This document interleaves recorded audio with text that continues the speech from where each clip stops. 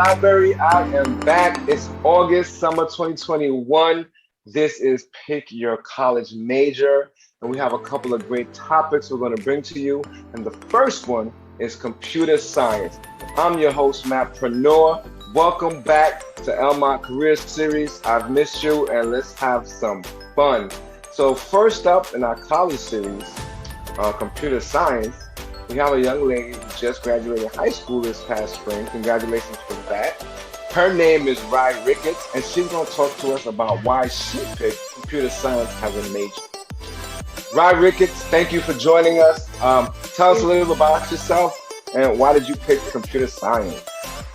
17, just graduated high school. I'm going at Delphi University. I chose computer science because there's a lack of women in that field, in STEM basically, and Severe lack. yeah, if you look at companies like Apple, there's not really that many women in higher positions, especially women of color as well. And you know, my dad, he's a computer science major, and I feel like he had a significant influence in that. Not only that, but I have an interest in how like machines work, and I really want to learn about it.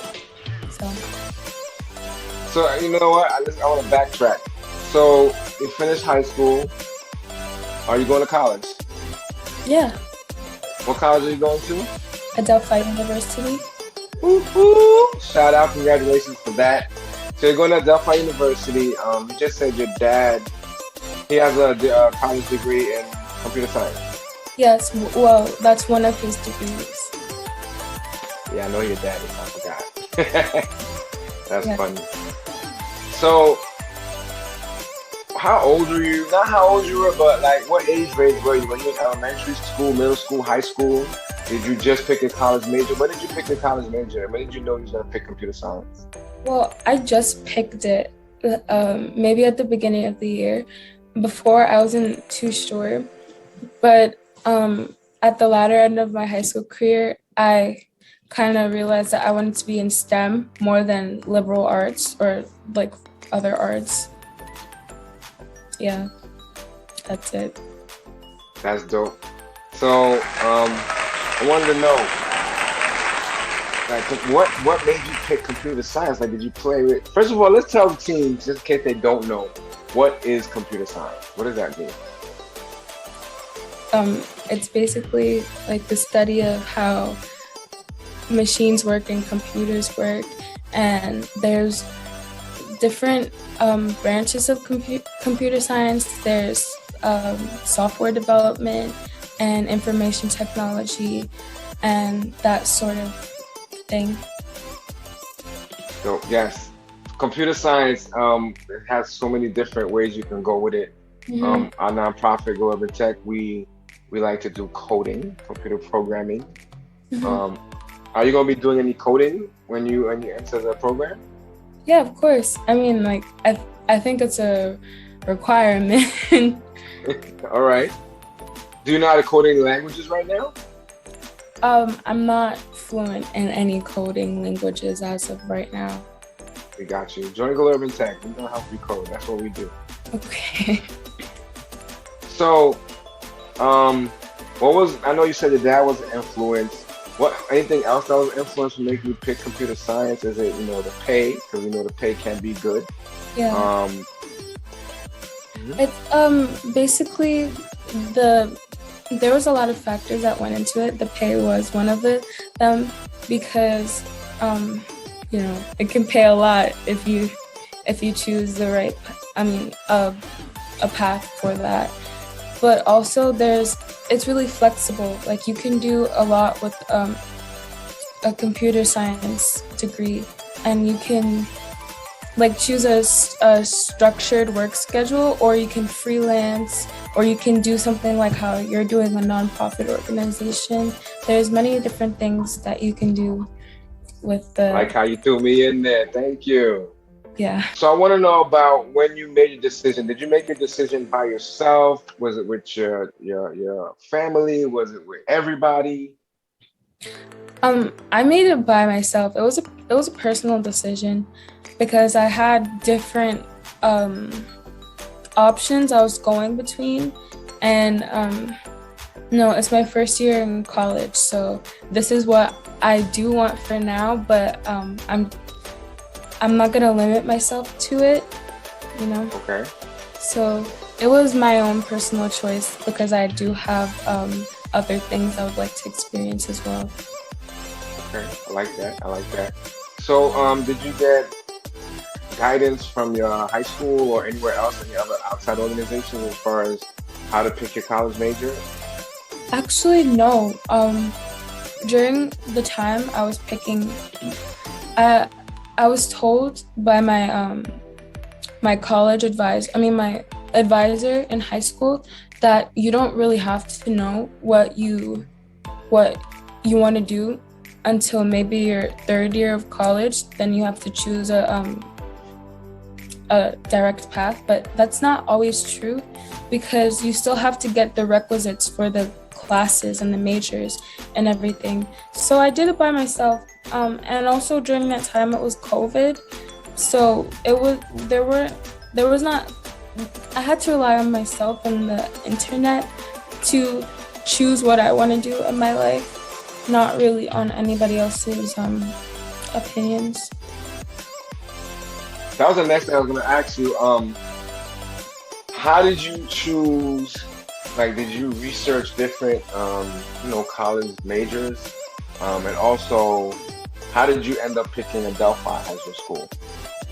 Oh, I did research different college majors because even if like it's kind of something you have to do because you can love something but it like for me a major factor is the how lucrative it is.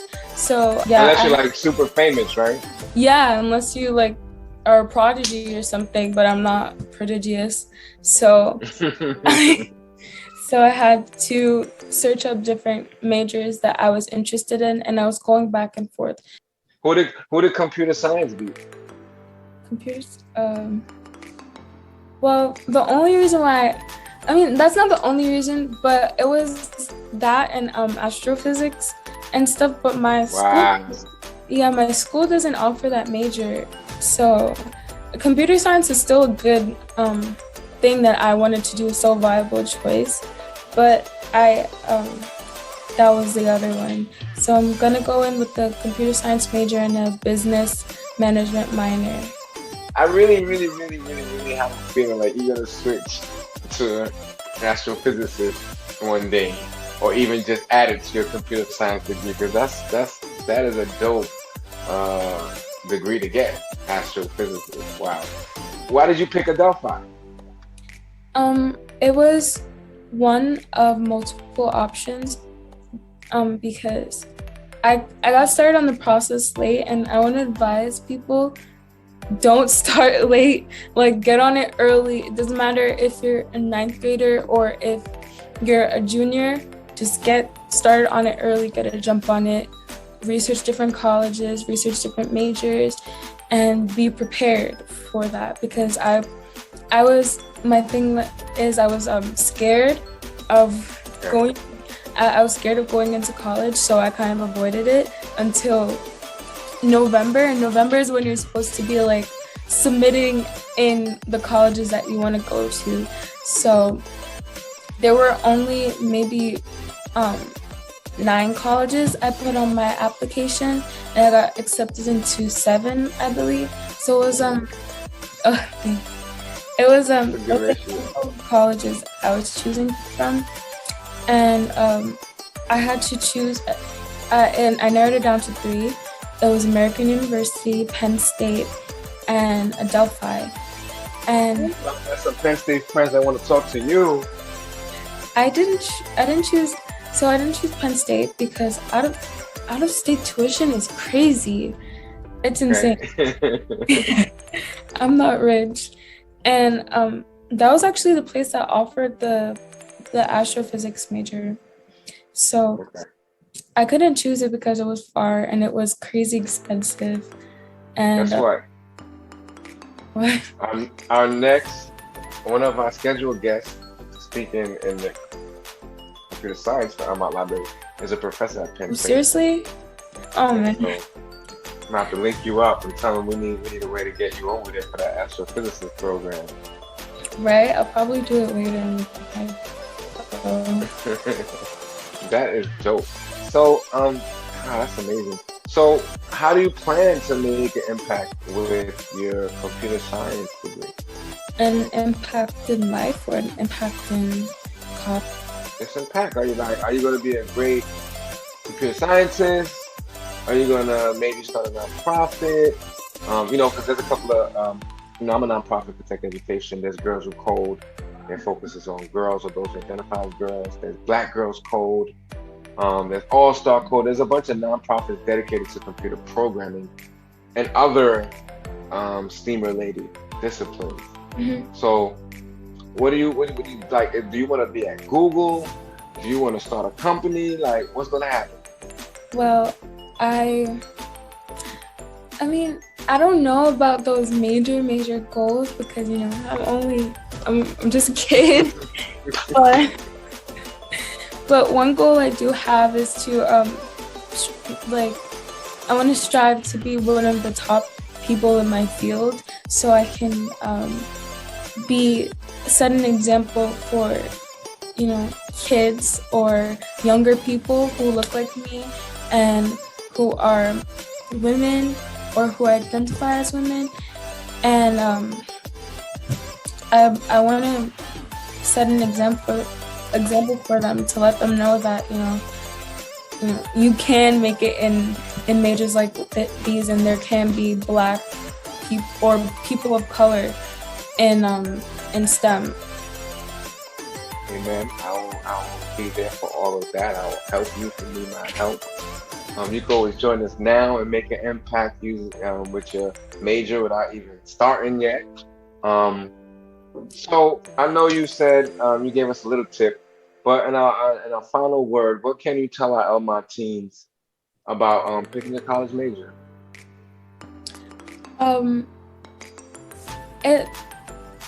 It's something that, because it's kind of debated, people do say that you don't have to know until, like I said, your third year of college. But it's something that you should consider even in high school. Like you should consider your major and take different classes, different exploratory classes to just see and feel out what you like.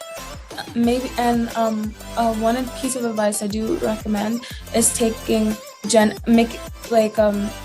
fulfilling requirements of majors that you do think that you're interested in. So if you decide that you don't want to go a specific route, you always have a backup plan, and to fulfill a lot of gen eds in your first year as well.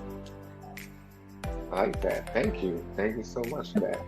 I hope you're listening, Elmont Library, young adults, the teens. This is Rye Ricketts talking to you. She's about to be the freshman of the year on Long Island, New York State, and the USA. We're rooting for you, Rye. Thank you for talking to us about how you picked your college major in computer science. I look forward to seeing your success. I want to see your first report card when you get it.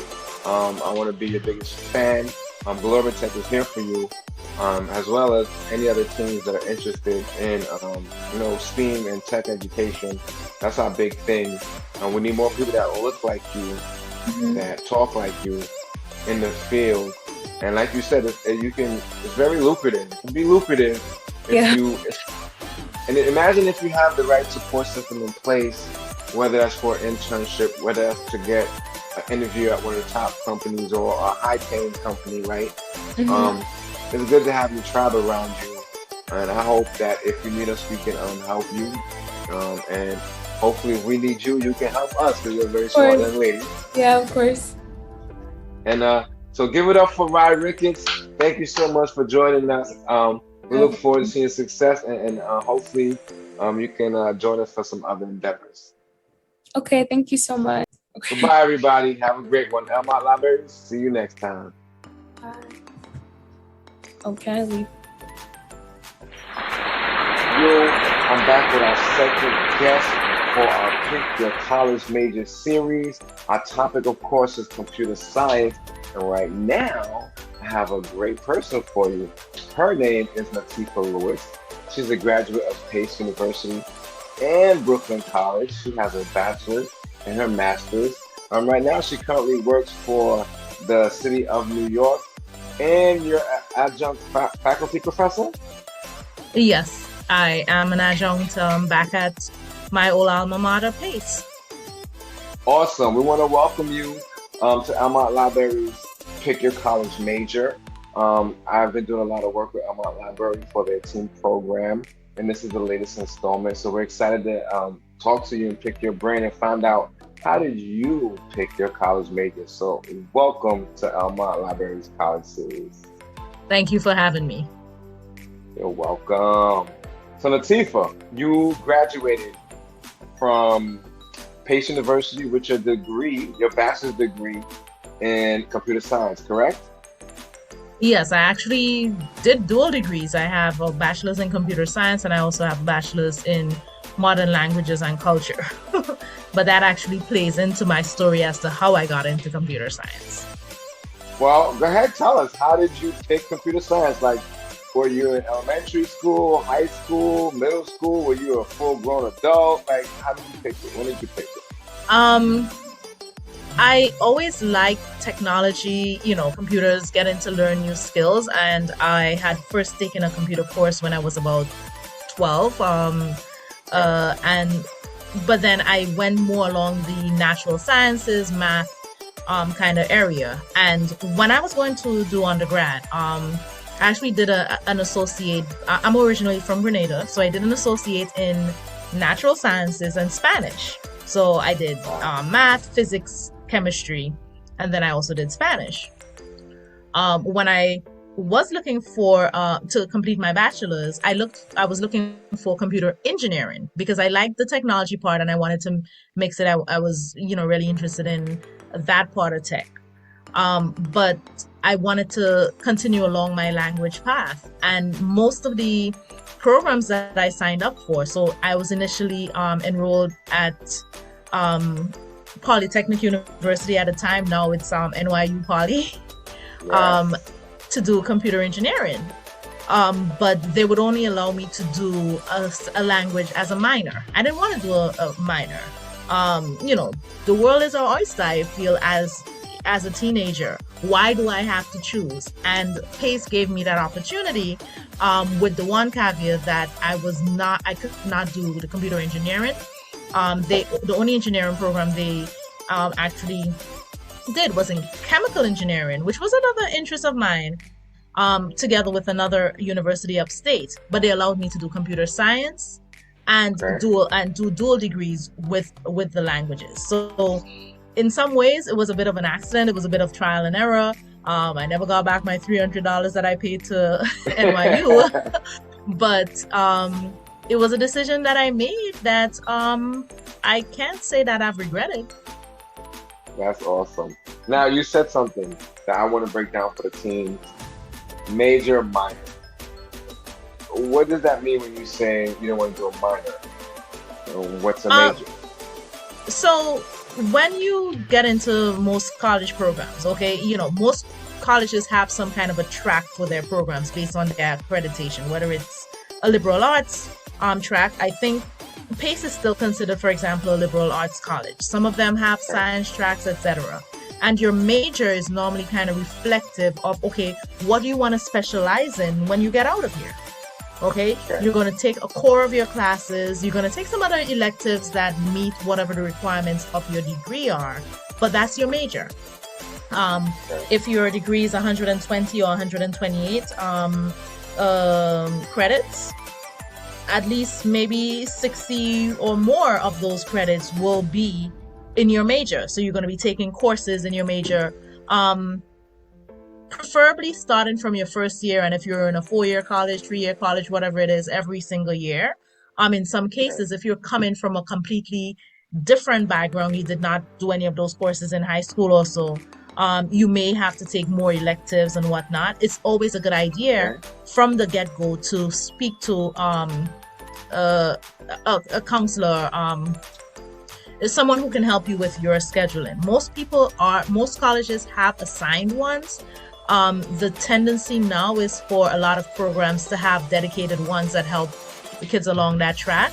But even if you do not have a dedicated one that's assigned to you, find one. Even if it starts off as being like, a professor that you trust or whatever, that can help you get along there. You asked about the difference between major and minor. In many cases, you have the opportunity to do maybe a little bit more, like concentrate some of your electives or additional classes sometimes it's like a subcategory of whatever your major is, whatever your main goal is. So in computer science, for example, if I wanted to specialize in database support or database administration or whatnot, I may take a few more database programs, and some may have some kind of a storage and administration type minor. A lot of people, knowing maybe I want to work for myself, I want to create my own company, may choose to do a business minor. So you've taken enough courses that's beyond just taking 1 or 2 credits, that you don't have enough to get a degree in that, but enough to have it listed on your degree as I have my specialization in there. In some cases, it may be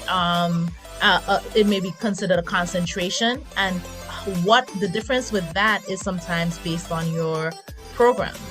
When I was doing my master's, I did my master's and I did a concentration in multimedia. In that case, the requirements were a little bit different. You don't do as much major minor for your master's or so forth, but you can focus like in broad areas like technology, and technology is broad. If it's one thing that I think even just going through a pandemic and so forth has shown, is that there are opportunities for technology everywhere. You could be a ballet dancer and there are opportunities in technology to really break down those skills, be able to help someone who is now unable to do certain things in person, be able to do it online, supporting these different platforms, creating content, server side, so you could be interfacing with the public, you could be not, there's so many areas.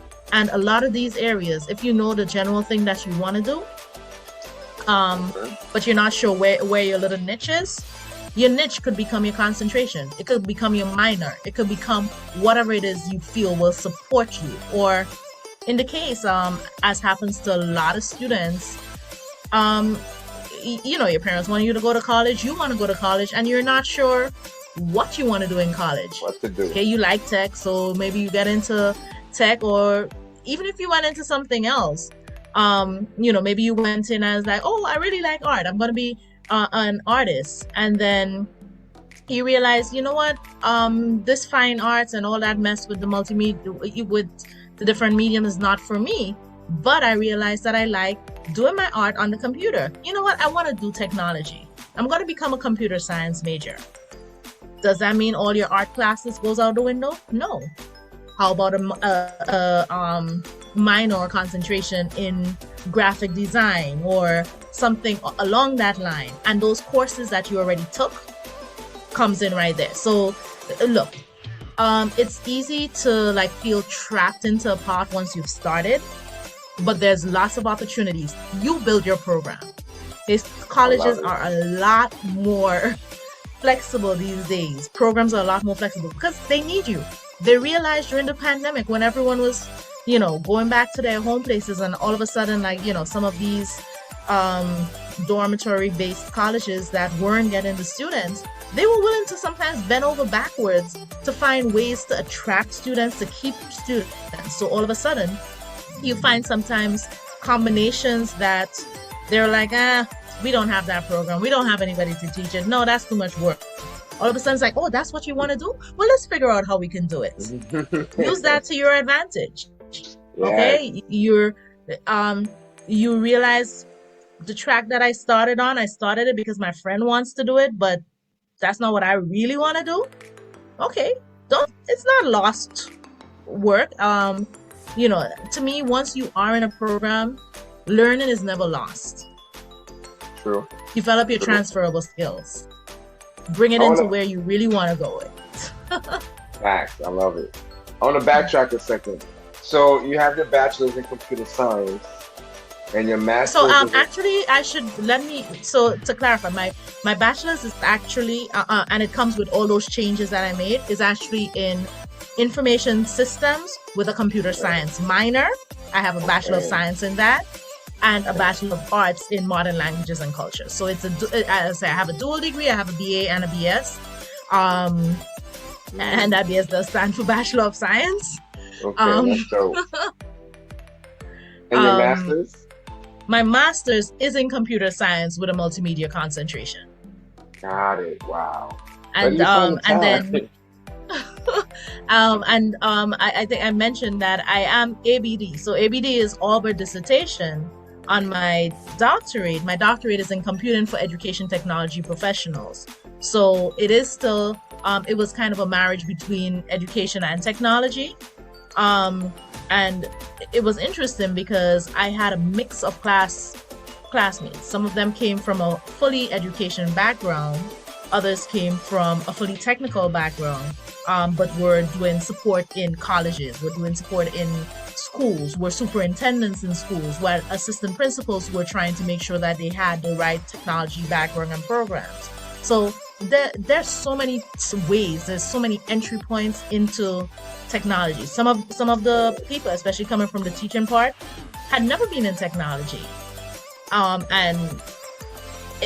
the technical perspective, I think it allowed me to do a couple less classes than they may have had to do to get their doctorate. But it also still gave them that entry point. So it's never too early to start. It's never too late to start. And there's absolutely nothing wrong with changing your mind along the way, fine-tuning it to what you want to be. Like, I always knew from the time I was finishing my teenager. No, not from a teenager. I would say like when I was 22, maybe. And I was because I think I got I was 22 when I got my bachelor's. And I remember spending one too many nights in a lab trying to fix a program. It was a Java program. Okay, syntax errors are fine. The program breaks, or it points out where, or you can backtrack a couple. On the other hand, runtime errors, the program runs, but it's just not running the way that you want it to. And I'm like, I don't want to be a programmer. I love technology. I love lots of areas in it. I love troubleshooting. I love fixing code. I like support and whatever it is. I don't want to be a programmer. I fell asleep in the middle of the lab. No. Took my nap, went home when we come in or so forth. But it made that decision for me. Did I leave technology? No. Did I give up my major? No. But I knew, you know what? I like the database part more. I like certain other areas of it. So yeah, feel free to explore. And sometimes it's a difficult conversation to have, like even with your parents. I remember, I think even after my first semester, I was like a little frustrated with certain things. Even having, I really didn't like one of my math classes, and I love math. Don't get me wrong. And then tell my father, you know what, I think I should go back to the first school. And, it became that kind of conversation. It didn't happen. I stayed, and I ended up enjoying the rest of my stay a little bit better, like once you made the connections, which brings me, like, I think into the other part of, I think, your college experience and choosing your major.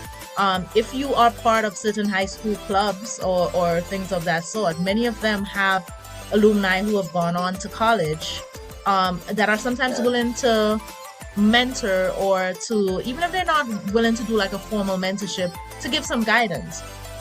Reach out, because to me the worst thing is you're trying to make a decision like that is going to affect the rest of your life in some way, and you just don't know what to do, and then everyone's expecting you to make it.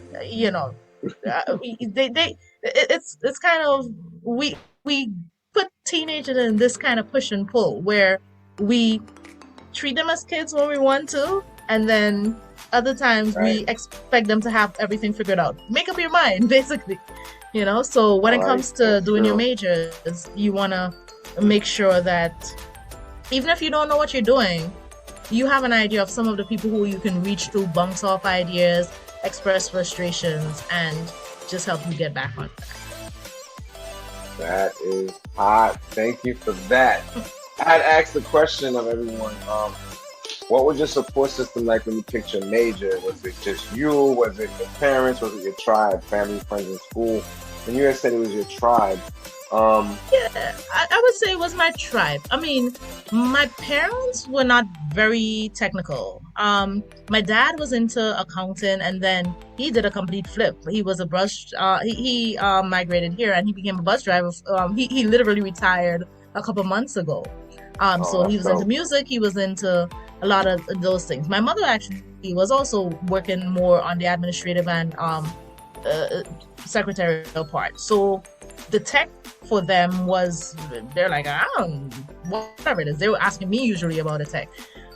But I had friends, and we were the ones who, as we were in classes together, we were doing the same kind of exams or so forth. We were somewhat applying to colleges, thinking of different opportunities for scholarships. I did not grow up here. I grew up in Grenada, so I came to for college, and there were like lots of things that you had to really figure out that was a little bit more than just, okay, you know what, I finished high school, let me just enroll. You had to make sure you got your money, all these different things. Yes. Um, I had suggestion from different people within the community who wanted to see me do well. I think one of the first things that I wanted to do, I mentioned I also was interested in chemical engineering, and right or wrong, one of the persons that I trusted had kind of redirected me away from it, based on trying to figure out, well, was I planning to get back into Grenada? Did I want to do whatever else? But I would say, as I said, my tribe was involved. A lot of it, yes, it was my own decisions. I'm kind of stubborn anyway, and I don't like people telling me what to do. It's like one of the easiest ways to force me to do the opposite. Um, so I know some of that definitely steered me away from going the traditional, oh, be a doctor, be a lawyer kind of thing, because there were a lot of people who were trying to tell me that, and I'm like, no, I'm not doing it. So that kind of, Nurse. you know, it did help push me more into the tech. But yeah, it was a lot of friends and other relatives that I would say helped keep me there. That's dope. So now I will ask, what impact will do you have using your major? And I see you said that you teach undergrad and grad courses in various tech areas. Tell us a little bit about that. So I have been an adjunct at my old alma mater, Pace, for the past about 12 or almost 13 years. Um, Stop. Tell the team what does adjunct mean. so, and I'm not a full-time professor. I am not at Pace, full-time. I teach one class, two classes, three classes, depending on the semester and availability. I do work otherwise with the city, also in tech. But as far as the adjuncting goes, it was kind of interesting. I became an adjunct because when I was in my doctoral program, and most doctoral programs, there are two ways that you often end up doing your doctorate. That you may be in some kind of a program and you become a research fellow, so they kind of pay for it and you work it off in there, or you end up paying a lot of money out of pocket. And since I had kind of I kind of changed around what I was going to do because I wanted to, I like teaching, I like going into education. I had considered doing a second master's in education, to kind of combine the two. Again, having being able to bounce off ideas from certain people that I trusted. And I think in one case it was actually one of my deans, and they said, you already have your master's, why not do the doctoral program that is doing the same? You already have the basis. And as I said, look, honestly, you have people who enter these programs from different backgrounds, so rather than redoing the wheel, you're going to be doing a lot of the things you did already. Why not take it to the next level? I became a little bit, as I said, lazy at the end when I had my kids, which is why I'm still ABD, all but dissertation. I've finished all my coursework, but I haven't defended. I'm trying to challenge myself to hopefully complete that at the end of this year. That's one of my goals. And we are telling you that you will. And we're going to all right, they say you have to speak it, right? Speak it into being. Absolutely. I will babysit. All right. Right. But basically, when I entered that program, I got into an opportunity where I could get about 50% of my coursework covered. Okay, that was part of how the cohort program was. It was early for this particular program. So you're also kind of a little bit of a guinea pig. They're willing to work with you a bit, but that additional 50% was still a little bit hefty. So I was looking for creative ways, and I approached my my former dean, asking. I was about to basically take a leave of absence from my regular job, to try to become like a teacher's assistant or something like that, because working for colleges, you normally tend to, that's one of the benefits that you get, the ability to do free coursework. Most of them, they tend to give full for undergrad, maybe for grad up to the master's level. But if you're doing any kind of specialized degree, so if you're doing a doctoral degree, if you're doing a law degree, a medical degree, those, they tend not, based just on the price and sometimes the length of it, they tend not to cover everything. So to do that, they're like, well, if you become an adjunct in the first year, because they're like, you already have your master's, you can teach the undergrad, etc. You can teach. I think that was gonna allow me to get like a quarter of the fees also waived. So we have that kind of scholarship from the cohort that's covering 50%. Now I'm gonna be teaching, so I'm earning, and I'm getting 25% done.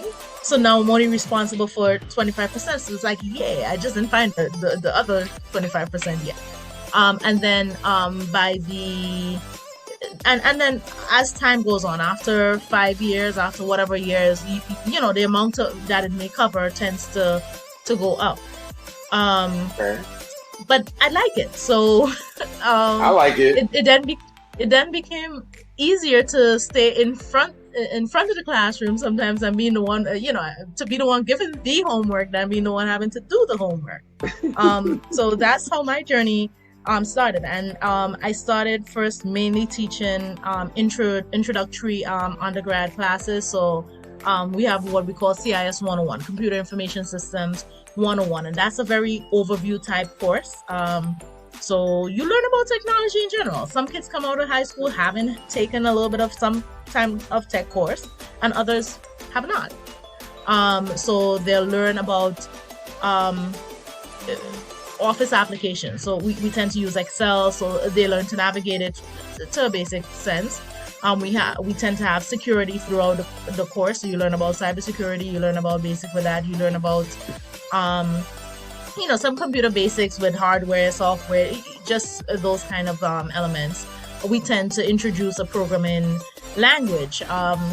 Over the time, we've done JavaScript, we've done we dabbled in Alice for a little bit, which was just very academically based and not very useful outside.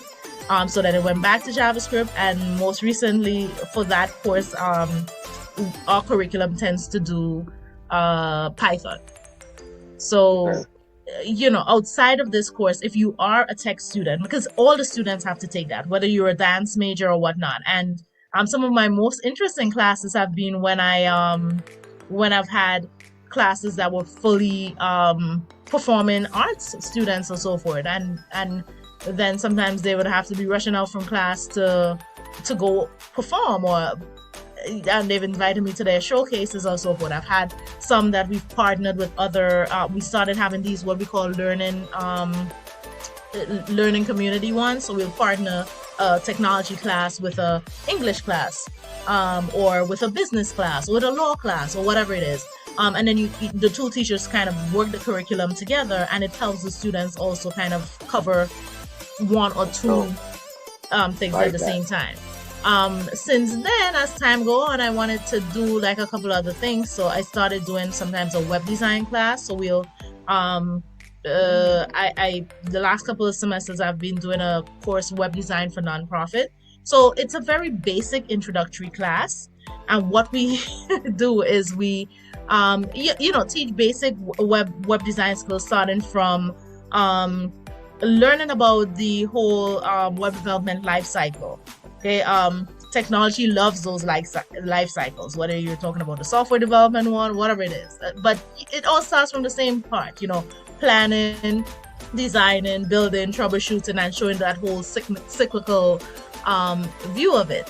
So with this one, again, how far the class goes tends to depend on what students you have. Sometimes you have a student who just needs a second elective, but are not in tech.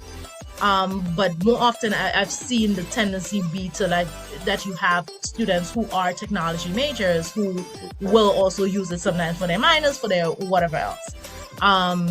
Because we do have now like an entrepreneurship and those kind of programs that you're allowed to major in. In addition to that, the most recent thing I started doing is teaching. I've also done some I guess tutorial type classes where you're supervising students who are doing independent studies. And in that case, it's more of a check-in, a mentoring type of program, for like maybe a 1 credit, whatever it is, course, but they are getting the benefit of the hands-on experience with different organizations or whatnot. I have also started teaching some grad classes in database, database design and things like that. So it's interesting. Like You got your hands in everything. well, that's why I said technology is such a wide area that there's enough that's going around that you should never be bored. If you find that, you're getting too weighed down in something, sometimes it's time to maybe try something else. And use those skills that you learn from one to bring over into the other. Outside of tech, not outside of tech, but outside of college, the same thing has kind of happened in my professional life. I mentioned I'm just an adjunct, so I only teach part-time as there. My regular 9 to 5, so to speak, is actually with the city, and I've been at a couple different agencies. I'm currently with the Department of Sanitation, but I've also been at the Department of Small Business Services. I've been at the Department of Education, and my roles in those have also done some changes. I think post undergrad, when I got my bachelor's, my first job was as a network administrator for a small telecom company, and that was pretty cool because I got to be hands-on because I was the IT. So whether it was backup or whether it was creating the thing, we had 10 full-time employees, 50 employees all together. But it's interesting because it allowed you to do the hands-on. Nobody else had to give you access. You were the access. So it gave you like that opportunity to play around. And it also, and being a telecom company, which is also another field within technology, my boss was pretty good about the fact that it's a small company, they didn't pay that much, which is sometimes the issue that sometimes happens with startup unless you have like big sponsors and stuff like that. But they allowed me also sometimes when they had bigger jobs, and if I did my job well enough, then it meant that I could kind of not be too busy in office to go out with the guys. So I learned how to do the cabling. So we were installing Wi-Fi's in schools and running Cat 5 cable and Cat 6 and fiber and stuff like that. So it was really interesting. And then I moved into the city and I started actually as an intern. So I was kind of double dabbling for a bit. I started as a business analyst intern when I graduated, while I was doing my master's. When I graduated with my master's, the opportunities, we were just getting ready to head into that depression time. So opportunities were sometimes a little bit up in the air. I ended up getting an opportunity on tech support side. So I was the supervisor for the service desk at our agency. I had done a bit of that as like my on-campus job. I worked in the computer lab for about 2.5 years that I was at Pace. So we had experience from that part. And like even within there, doing support for mobile devices and things of that sort. And I was in that role, with different responsibilities coming on. I became like a liaison sometimes to the Office of Emergency Management. So we have, like all city agencies have to have a COOP plan, a continuity of operations plan. So I was a liaison for that, and that was really interesting because it really brought you out of just thinking about disaster recovery, which a lot of tech places deal with, and thinking more in how do you keep your business running. And that could be as simple as, okay, you know what? We have a pandemic now. People have to run from home. What are the things that you needed in there? Okay, so well-developed plans should have catered, maybe not for this. I don't think anybody expected this. But, at least have the process in place to get there. From that role, we had, because I started on the BA side, which was more on the development side, I moved to support. And then there was an opportunity for a quality assurance analyst back on the BA side. So I'm like, oh, I think I've been here for a while. And I applied, so I moved back. And this was within the same agency. And then I had been taking also some of the civil service exams that are out there. And they did not call lots of them for many years. And then they started calling all of them one after the other. So I got an opportunity. I got called from a certified IT administrator list, and I moved to DOE. We work to support like all of the school systems that are out there. So I went to the DevOps part. Then I got called as a computer specialist, which is how I moved to sanitation. I moved back to QA. So I said, like, I've done a bit of jumping around, and the thing about it is that you don't have to start back from the beginning, no matter how many times you jump. Okay, I love what they call transferable skills. If you have a strong base, you can apply it, because that's why I like troubleshooting. You don't have to know everything to troubleshoot. You never know. If you knew it, you wouldn't have anything to troubleshoot. Right. But knowing how to try to find the answer, that to me is like exciting, being able to solve a problem, because there's few better feelings than feeling, okay, yes, I got it, especially if it was a difficult problem. Amazing. Wow, you're so talented, and you're putting work in already, and I think you have a whole lot of energy to do more work in this tech industry, in this tech field, especially for my great city, our great city, New York. Wow, I don't know what to say now. I'm going to go speechless. No, I'm saying it's to me what they say. If you enjoy what you do, then you never work a day in your life. Yes, I do work. When your boss is working, but I think when you need to try to find something that will give you joy. Yes. Every day is not going to be joyful. Every task is not going to be joyful. But overall, if you can find that means. And then if you find that, you know what, this is a lot more stress than it is joy, sometimes it's time to make a change. It doesn't mean that, okay, you know what, you leave tech and you become something completely different. It means that maybe, okay, I'm on the support side now. Maybe I want to try the front end. Maybe I want to do web design. Maybe I want to go into graphic design. Maybe I want to do whatever else. And so my advice, especially to high schoolers who are getting ready to go into college, considering computer science, look at the electives. Don't choose the elective just because it's they all told you it's an easy A. Choose it because you're interested in it. Pair your that's where having a good advisor comes in. Help them to plan certain things with you. If you know you have I don't know, 4 really hard classes with labs this semester, okay, so maybe that's not the semester to try something that's probably difficult but really interesting. Do it on the next semester when you may have like a few more courses. If you're a good writer, okay, you know, you have your English classes right there, so there's this one challenging one.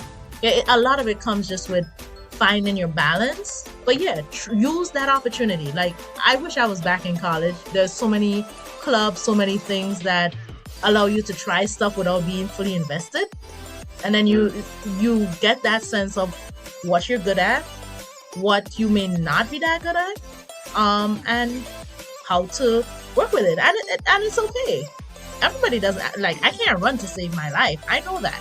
I love running. But you know, I'm not going to be the one who's going to volunteer to run, and you know, if you're dependent on it, there are other things that I can do. Right? And the same thing happens with it. Yeah, the same thing happens in tech. Not everyone's going to be a programmer. Not everyone's going to be, some people are going to be a programmer, but you know what? They don't want to troubleshoot code. Some people are going to be into artificial intelligence. Some people are going to be, you got like the drone clubs and all these different things. All of this, it comes into, some people are into videography.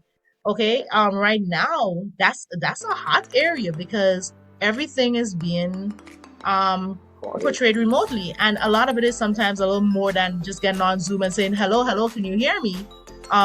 Angles come in, lighting come in, all of these different things. If you're into music, yeah, you know, if you're into music, I have some friends who have gone completely into like the technical side of music, production, and all those different things, you know. So there's so many opportunities that are out there.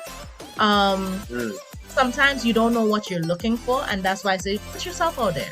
Go to something you think, this might be boring, but you know what, try it. It's not gonna kill you, but you may find that little thing that makes that aha moment for you. It's like, yeah, you know what, I was thinking of how to do this, I just didn't do it. This is somewhere. Speak to people. Do not be afraid. The worst that can happen, if you reach out to someone who's interested in something that you do, and you reach out to them, what's the worst that can happen? They don't respond. Or they respond in a not so thing. You say, okay, thank you, have a nice day. That's it. That is dope. Elmont Library, I hope you're listening. I hope you took some notes. Miss Latifah Lewis has dropped some gems for us. She should be inspiring all of us.